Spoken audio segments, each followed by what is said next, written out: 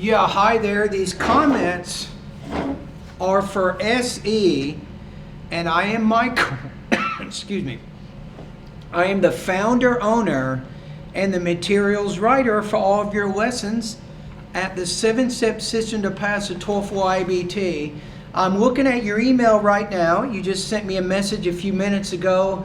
You say, I'm sorry to disturb you with my emails, but really I need your help to get a score 26 or more in the TOEFL speaking test.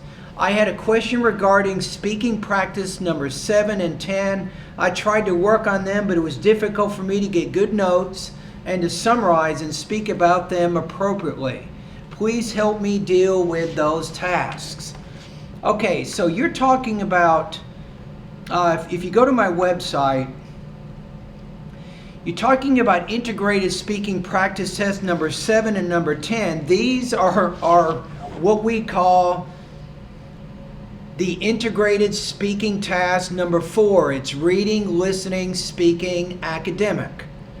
Right? That's really what your question is. So I think your question is, how can I better organize my responses for the academic speaking task on the TOEFL IBT exam? Am I right? Okay, so the first thing you want to do, you can think of this type of speaking task in maybe 3 parts. Part 1 is your beginning, your introduction. In this case, you want to state what the purpose is, show how the reading and the listening passage are related. Now, you're not exactly doing that, so let me give you an example. You remember my integrated speaking practice test? I think it's number 6, and you have the lecture and the reading passage is talking about nuclear energy, right? But you have to really do well on this task, you need to explicitly show what that relationship is. So you would say something like this. The main idea of the reading passage, or the reading passage discusses the risks of nuclear energy, and the lecture gives an example to illustrate those risks. But what you're saying that the reading and listening passage are discussing the risks of nuclear energy, which kind of gets the main point, but doesn't exactly show what the relationship is. So that's rule number 1, really, is as you listen to the lecture and then you compare those points with the reading passage, ask yourself, how does the lecture relate back to what is said in the reading passage? So there are several possibilities. In one case, like I just said, maybe the lecture is giving an example to further illustrate a larger point. So the lecture is a smaller part of a bigger whole. The bigger point is mentioned in the reading passage, and then the lecture develops it in a more specific way. That's one possible relationship that you can look for, I think, on the IBT TOEFL speaking integrated number 4, right? Now, another one is, maybe the lecture is simply adding information. It's not necessarily giving a specific example, but it's adding to the information in the reading passage. That's another possibility.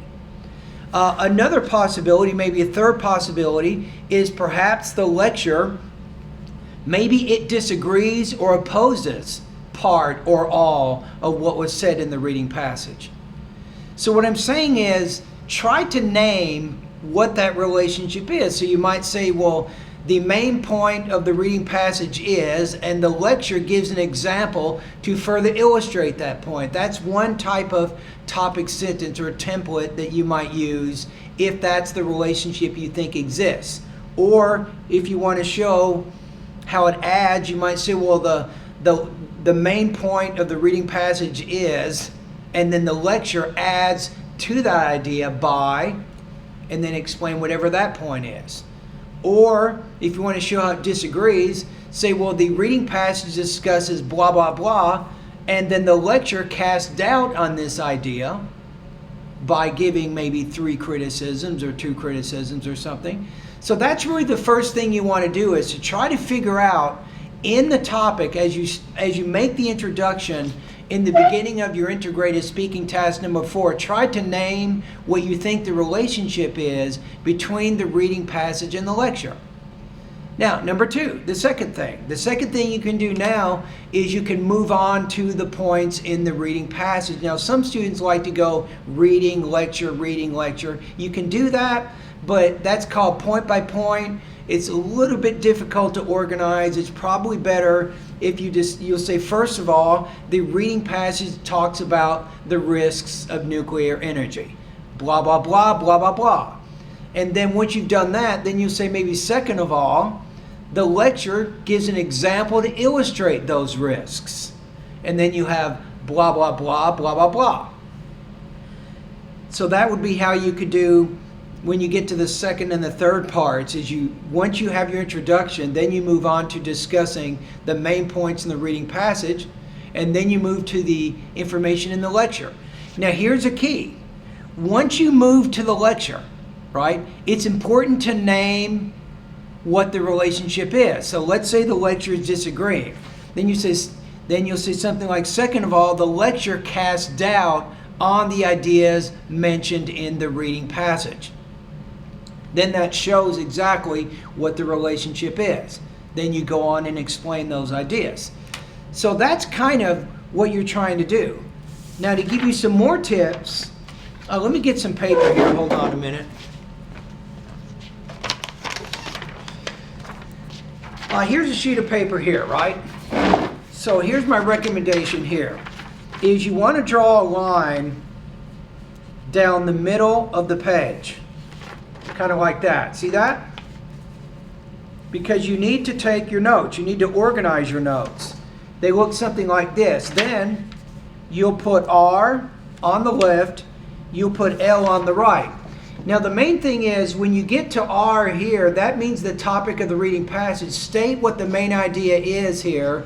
State what the main point in the lecture is here, and explicitly name what you think the relationship is. You can say, well, the lecture gives an example to further illustrate the point. You want to put that idea there. And then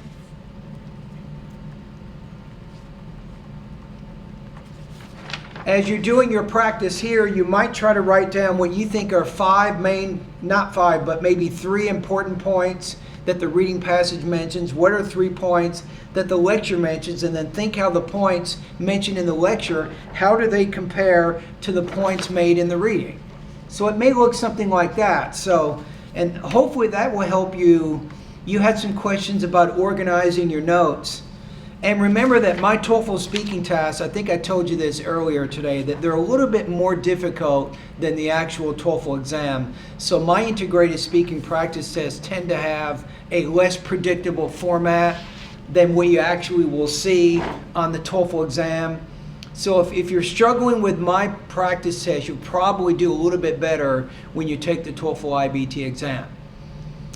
All right? So those are my comments to you. I hope in this video I've given you a little bit more direction of how you can respond better to the integrated speaking tasks, and especially the academic task, integrated speaking task number 4.